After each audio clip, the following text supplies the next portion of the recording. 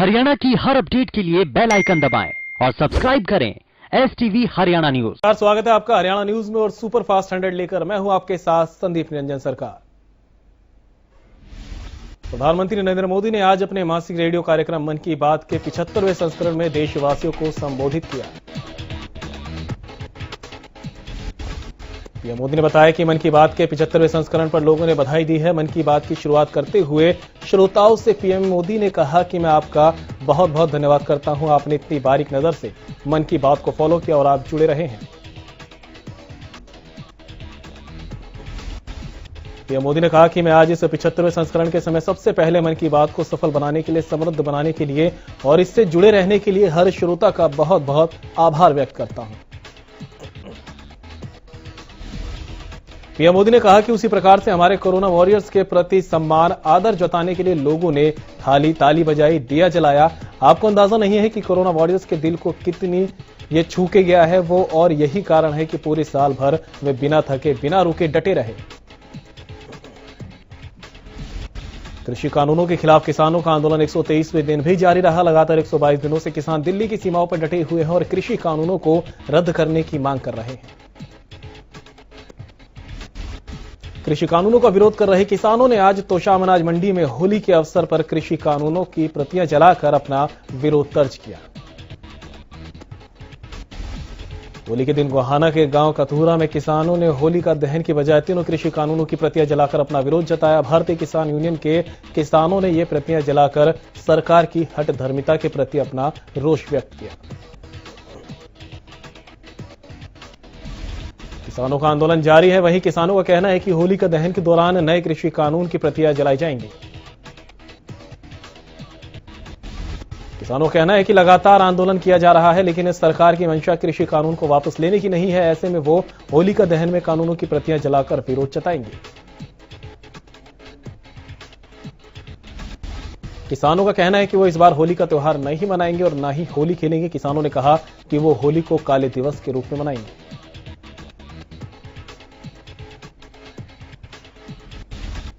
केंद्रीय कपास अनुसंधान संस्थान के कोट कॉलोनी स्थित क्षेत्रीय कार्यालय में विशाल किसान मेले का आयोजन किया गया।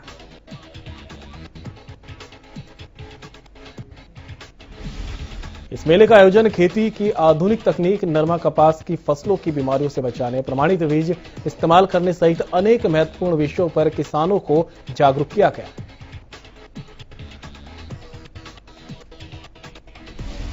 सिरसा जिला पुलिस द्वारा पुलिस अधीक्षक भूपेंद्र सिंह के नेतृत्व में जिले भर में बीती रात नाइट डोमिनेशन अभियान चलाया गया। उसी के चलते आज सिरसा के हर चौक पर पुलिस प्रशासन द्वारा नाका लगाया गया।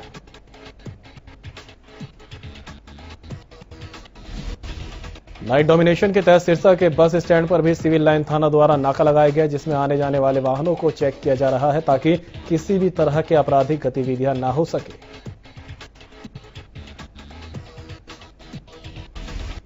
फरीदाबाद में सरकारी कामों में भ्रष्टाचार का मामला सामने आया है। बिना विकास कराए और बिना बिल के लगभग 70 लाख रुपए की पेमेंट करने का मामले में फरीदाबाद के सदर थाने में बीडीओ पूजा शर्मा, उनके भाई और गांव मुजेड़ी की पूर्व सरपंच समेत ग्राम सचिव के खिलाफ मामला दर्ज किया गया। जिला उपायुक्त यशपाल यादव की शिकायत पर यह मामला दर्ज किया गया है। एसीपी तिगांव पृथ्वी सिंह के मुताबिक गांव मुजेड़ी में बिना कोई विकास कार्य किए गए 70 लाख रुपए की पेमेंट कर दी गई।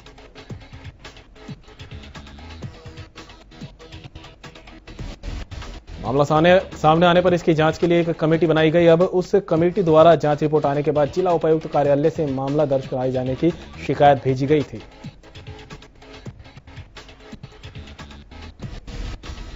शिकायत के आधार पर करप्शन की धाराओं में बीडीपीओ पूजा शर्मा, उनके भाई ललित मोहन शर्मा, मुजेड़ी के पूर्व सरपंच रानी और निलंबित ग्राम सचिव विजयपाल के खिलाफ मुकदमा दर्ज किया गया। टोहाना के गांव नांगला में ग्रामीणों ने आज इकट्ठे होकर बिजली विभाग मुर्दाबाद के नारे लगाए। उनका कहना है कि बिजली विभाग के कर्मचारी उनके गांव में आकर ग्रामीणों को परेशान करने का काम कर रहे हैं। सोनीपत के खेतों में गेहूं की कटाई का कार्य किसानों द्वारा शुरू कर दिया गया है। इस समय गेहूं कटाई का कार्य केवल हाथों से किया जा रहा है। फिलहाल 3 क्विंटल 40 किलो प्रति एकड़ के हिसाब से गेहूं की कटाई के कार्य में मजदूर भी खेतों में जुटे हुए हैं। गुरुग्राम में अंडर कंस्ट्रक्शन फ्लाईओवर की स्लैब गिर गई है। द्वारका एक्सप्रेसवे पर बन रहे एलिवेटेड फ्लाईओवर की स्लैब गिर गई, जिसमें 2 लोग घायल बताए जा रहे हैं। घायलों को एक प्राइवेट अस्पताल में भर्ती कराया गया।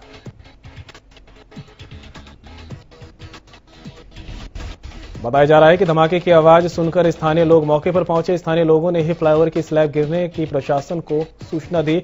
दौलताबाद और बजखेड़ा के बीच बन रहे फ्लाईओवर की स्लैब गिरी है।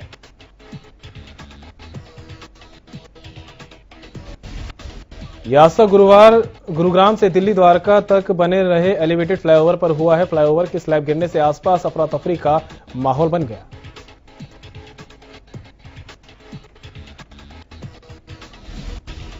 पानीपत के टीडीआई पुल पर रफ्तार का कहर देखने को मिला, जहां एक ट्रक ने बाइक सवार युवक को टक्कर मार दी। हादसे में युवक की मौके पर ही मौत हो गई।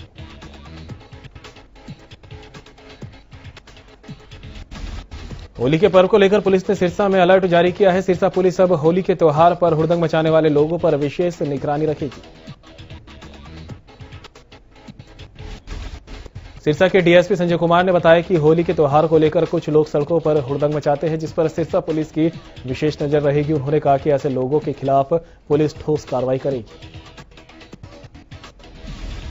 देश में कोरोना संक्रमण की दूसरी लहर ने दस्तक दे दी है। देश भर में एक बार फिर कोरोना केस तेजी से बढ़ रहे हैं। हरियाणा में बढ़ते कोरोना के मामलों को देखते हुए सरकार ने होली मनाने पर बैन लगा दिया। ये बैन लोगों के स्वास्थ्य की सुरक्षा के मद्देनजर लगाया है, लेकिन दुकानदारों को इसकी वजह से काफी नुकसान झेलना पड़ रहा है। दुकानदारों का कहना है कि सरकार को होली मनाने पर बैन 1 महीने पहले लगाना चाहिए था, जिससे वो दुकान में सामान नहीं भरते। साथ ही दुकानदारों का कहना है कि पिछले साल भी कोरोना की वजह से उन्हें होली के त्योहार पर नुकसान झेलना पड़ा था और इस बार भी सरकार ने सार्वजनिक होली मनाने पर बैन लगा दिया, जिसकी वजह से उन्हें इस बार भी व्यापार में घाटा हो रहा है।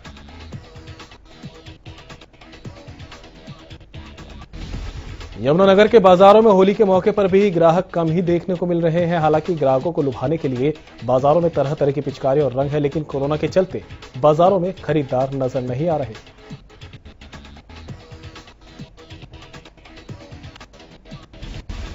प्रदेश सरकार द्वारा कोरोना महामारी की रोकथाम हेतु जारी की गई हिदायतों के अनुसार तोशाम पुलिस ने सख्ती बढ़ा दी।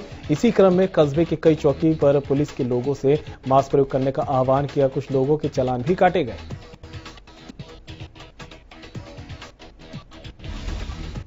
साइबर सिटी गुरुग्राम में सार्वजनिक स्थलों पर होली खेलने पर प्रशासन की तरफ से प्रतिबंध लगा दिया गया। उपायुक्त डॉक्टर यश गर्ग ने इस बारे में जानकारी दी कि नियमों की अवहेलना होने पर सख्त कार्रवाई की जाएगी।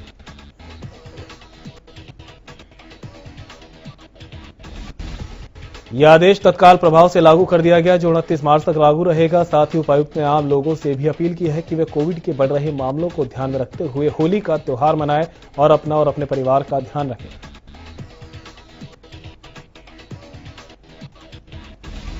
चरखी दादरी में पार्षदों ने चेयरमैन संजय छापरिया पर गंभीर आरोप लगाए हैं। साथ ही उपायुक्त राजेश जोगपाल को चेयरमैन के खिलाफ ज्ञापन सौंपा है।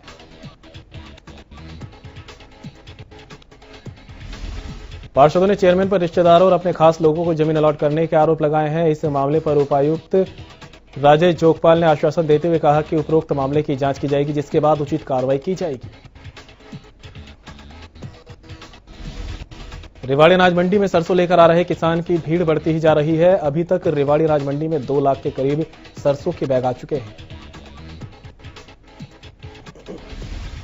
ऐसी संभावना जा रही है कि अप्रैल के अंत में 8 से 10 लाख सरसों के बैग रेवाड़ी अनाज मंडी में पहुंच सकते हैं। रेवाड़ी अनाज मंडी में हालत इस कदर है कि चारों ओर जाम की स्थिति बनी हुई है। अनाज मंडी में सरसों के न्यूनतम समर्थन मूल्य 4,650 से ज्यादा भाव में सरसों बिक रही है। यहां तक कि किसान की 5200 रुपए प्रति क्विंटल के हिसाब से सरसों बिक रही है। नारनौल में नगर परिषद की जमीन पर अवैध निर्माण किया जा रहा है। सूचना पर पुलिस बल के साथ पहुंचे नगर परिषद के अधिकारियों ने अतिक्रमण हटवाया।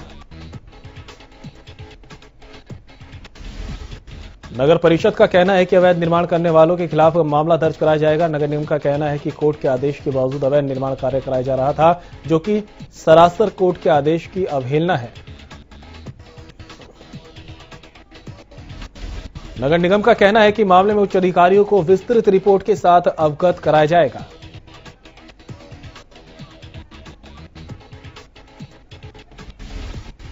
सिरसा में 15,000 क्विंटल घोटाले में एक बार फिर सीआईए पुलिस ने गिरफ्तारियां कर खुलासे करने का काम शुरू कर दिया है। 3 दिन पहले 3 डिपो होल्डर को गिरफ्तार किया गया था। इन्हें पुलिस ने न्यायालय में पेश कर रिमांड पर लिया। रिमांड अवधि में मामलों से जुड़े कई अहम खुलासे हुए। एक डिपो होल्डर के पास नकली कागजात मिले, इसी आधार पर उसका अकाउंट भी सील कर दिया गया।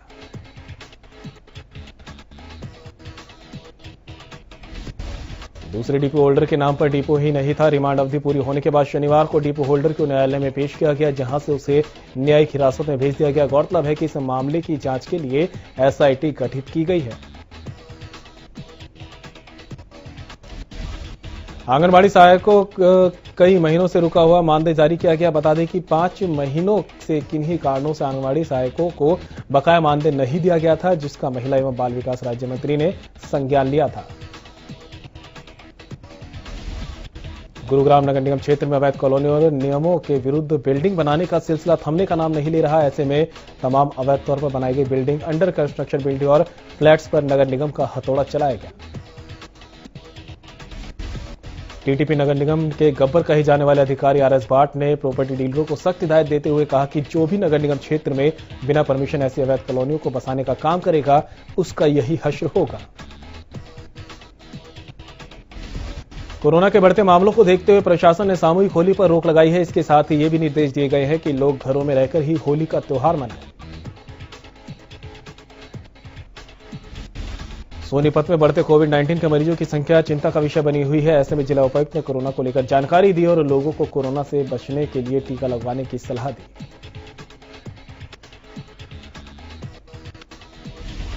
दूसरी ओर गोहाना में भी सामूहिक होली पर प्रतिबंध लगाते हुए लोगों को घरों में रहकर ही होली त्योहार मनाने की सलाह दी गई।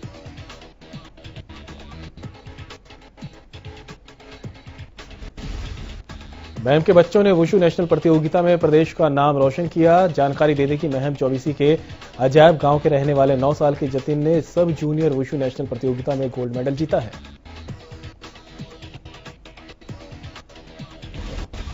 इसके साथ ही गांव के युवराज ने ब्रॉन्ज मेडल जीता है। विजेताओं का ग्रामीणों ने फूलों और नोटों की मालाओं से स्वागत किया। जतिन ने बताया कि वो कवि सूरजभान स्पोर्ट्स एकेडमी अजायब में प्रैक्टिस करता है।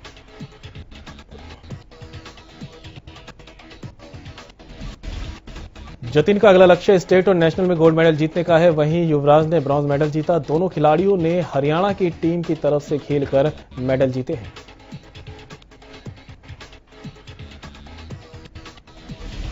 हरियाणा सरकार की तरफ से ग्रामीण क्षेत्रों में किसानों के लिए सोलर पंप लगवाने का कार्य किया गया। सरकार के इस कदम से किसान बेहद खुश नजर आ रहे हैं। सोनीपत के गांव मनौली के खेतों में सोलर पंप से खेतों में सिंचाई का कार्य भी किया जा रहा है। किसानों का कहना है कि पहले उन्हें यहां पर बिजली का घंटों इंतजार करना पड़ता था।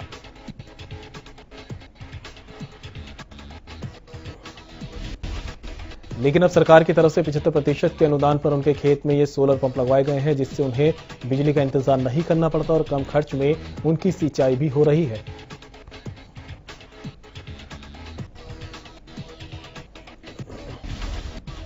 सिरसा के गांव जवाल में एक प्रवासी मजदूर की कस्सी मारकर हत्या का मामला सामने आया। बताया जा रहा है कि 2 प्रवासी मजदूर सतबीर और फूल सिंह के बीच पहले कहासुनी हुई। कहासुनी इतनी बड़ी कि फूल सिंह ने अपने साथी सतबीर को कस्सी मारकर मौत के घाट उतार दिया। ग्रामीणों ने इसकी सूचना जमाल पुलिस चौकी को दी।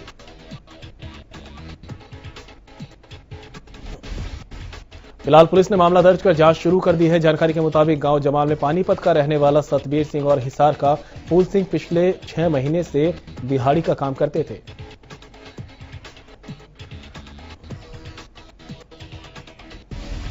वारदात के दिन दोनों के बीच पहले कहासुनी हुई, जिसके बाद फूल सिंह ने सतबीर पर जानलेवा हमला कर दिया। इस वारदात का खुलासा सुबह हुआ जब लोगों ने सतबीर के शव को लहूलुहान हालत में देखा।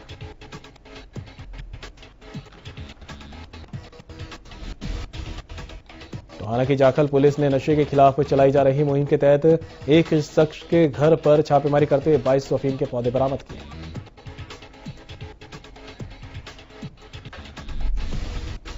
हालांकि आरोपी भीम सिंह मौके से फरार बताया जा रहा है। वहीं पुलिस ने मामला दर्ज कर कार्रवाई शुरू कर दी है। मिली जानकारी के मुताबिक पुलिस ने बाजीगर बस्ती के एक घर पर छापेमारी की, जहां अफीम की खेती की जा रही थी।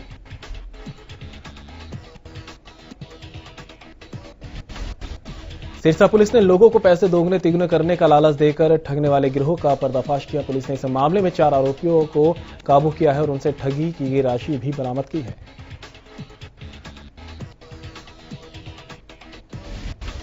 पुलिस के अनुसार इस गिरोह में लगभग 7 से 8 लोग हैं जो आम लोगों को पैसे दुगने करने का लालच देकर उन्हें पैसे मंगवा लेते थे।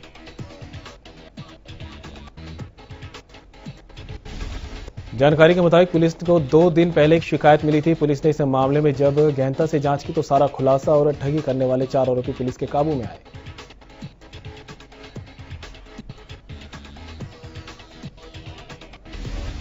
गुलाचीका में मनरेगा मजदूरों ने पुलिस प्रशासन और बीडीपीओ के खिलाफ जोरदार प्रदर्शन किया और नारेबाजी की। मनरेगा मजदूरों ने बीडीपीओ पर उनके खिलाफ झूठा मामला दर्ज करवाने का आरोप लगाया, साथ ही इस मामले को रद्द करने की मांग भी की है। इसके साथ ही मनरेगा मजदूरों ने बीडीपीओ पर अभद्र व्यवहार करने का आरोप लगाया। दरअसल मनरेगा मजदूरों ने बीडीपीओ के अभद्र व्यवहार से खफा होकर बीडीपीओ कार्यालय पर प्रदर्शन किया था।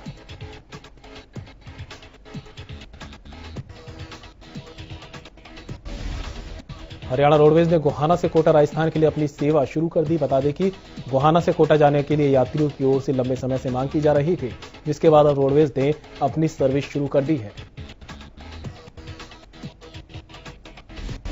हरियाणा रोडवेज की ओर से लिया गया फैसला यात्रियों और विद्यार्थियों के लिए एक बड़ी सौगात है। सोनीपत के ट्रैफिक मैनेजर ने बताया कि जनता की बार बार मांग आ रही थी।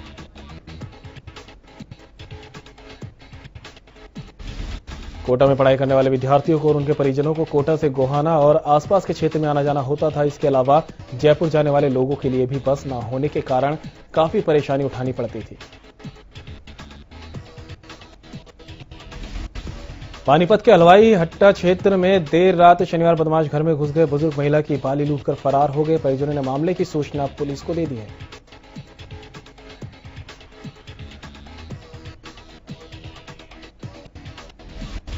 गुरुग्राम में एक शराब के ठेके को लूटने का मामला सामने आया है। पुलिस की क्राइम यूनिट सेक्टर 31 ने इस लूट में 31 आरोपियों को गिरफ्तार किया।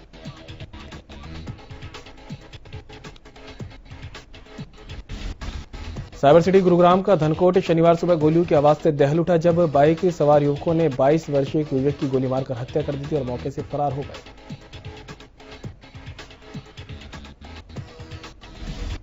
सूचना पाकर मौके पर पहुंची पुलिस ने शव को कब्जे में लेकर हत्यारों की तलाश शुरू कर दी है। मृतक गुरुग्राम के देवीलाल कॉलोनी का रहने वाला था और अपनी मां के साथ गांव धनकोट में दुकान चला रहा था।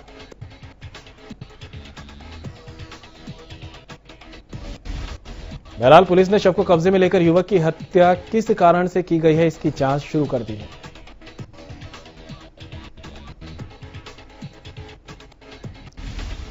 हरियाणा के कुख्यात बदमाश सुरेंद्र उर्फ चीकू को हरियाणा पुलिस ने गिरफ्तार कर लिया है। शनिवार सुबह पुलिस को मोहनपुर में गैंगस्टर के घर पर हत्यारों की खेप की सूचना मिली थी, जिसके चलते शनिवार सुबह छापेमारी में हरियाणा का नामी गैंगस्टर सुरेंद्र उर्फ चीकू पकड़ा गया।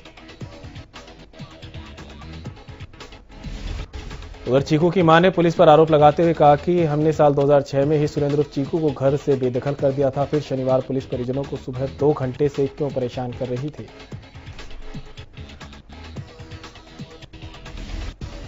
फरीदाबाद में शुक्रवार रात करीब 2 बजे एक तेज रफ्तार कार बेकाबू होकर दुर्घटना का शिकार हुई। NH2 पर रेलवे फ्लाईओवर पर हुई हादसे में किसी की हताहत होने की खबर नहीं। बताया जा रहा है कि हादसे में कार सवार 2 लोगों को मामूली चोटें आई हैं। चश्मदीदों का कहना है कि कार के पलटने के बाद दोनों कार में फंस गए थे, जिन्हें स्थानीय लोगों ने मशक्कत के बाद बाहर निकाला। हादसे की सूचना उनके परिजनों को दी गई।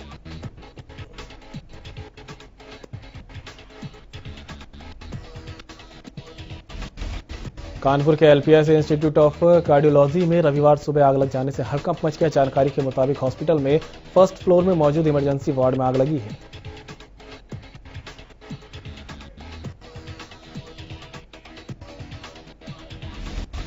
जानकारी के मुताबिक रविवार सुबह हॉस्पिटल के फर्स्ट फ्लोर में अचानक आग लगने से पूरे अस्पताल में धुआं फैल गया। ऐसे में अफरा तफरी का माहौल रहा। घटना के तुरंत बाद ही हॉस्पिटल प्रशासन अलर्ट मोड पर आ गया है और सभी मरीजों को फर्स्ट फ्लोर से खिड़की के जरिए बाहर निकाला गया।